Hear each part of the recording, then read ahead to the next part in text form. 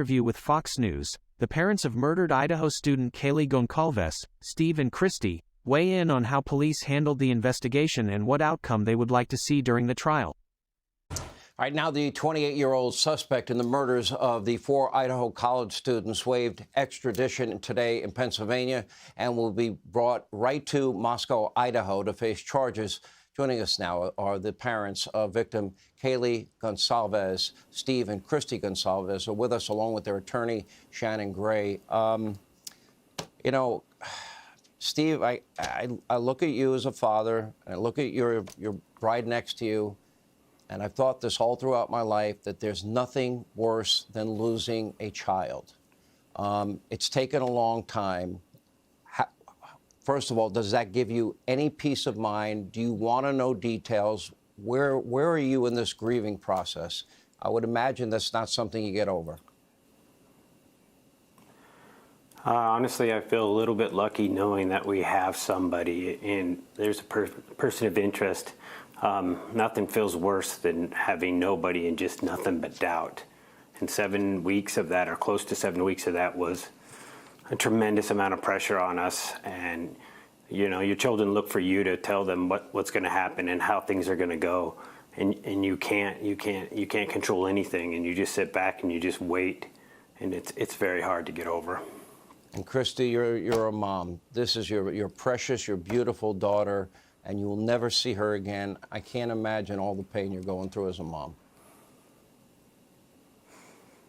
It's terrible, just as anybody could imagine.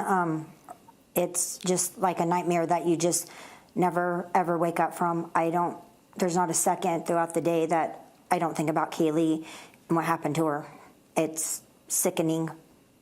You know, Steve, it took the law enforcement a while. It looks like they got they went very deep, and they were very creative, and they looked at databases, and they were able to match DNA from a database, which I think was pretty sophisticated investigating on their part. How do you feel the police have handled all of this? Well, there's a lot of pressure even for them. I think that, you know, it's never fast enough for a father. You're impatient and you want to know everything right then and there, but I feel good. I feel like they've done a tremendous job. I know that they have been working hard. We just had a lot of holidays. These guys were working out of town. I really appreciate all the effort that they gave. I mean, there was times where I was tough on them, but I know these are strong men and women, and I know they can handle just a little bit of pushback, and we are where we want to be, and they've put us there. Kristi, I know for myself, I have 2 kids. If this ever happened to me, I can't put myself in your shoes. You can't really understand unless you go through something like that. What would you like, assuming there's a guilty verdict in this case, the murderer of your daughter, what do you think a just punishment is?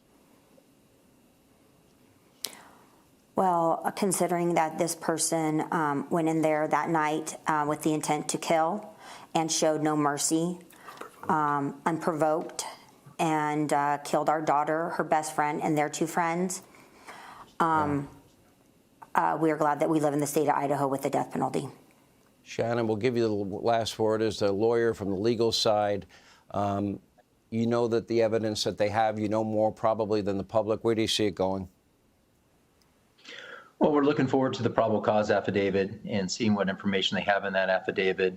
It won't show the entire case, obviously, but will give us an idea of what hard evidence they have towards the defendant in this case. And we're hopeful that it's strong. And moving forward, you know, we're just the beginning of the criminal justice system. So it's still a long haul from here, but we're hopeful and optimistic. All right, Shannon, thank you. Steve and Kristi, I'm so sorry. And I know I speak for my entire audience when I say that you're in our prayers. This is a heartbreaking story, and I hope he gets the justice he deserves. Thank you both.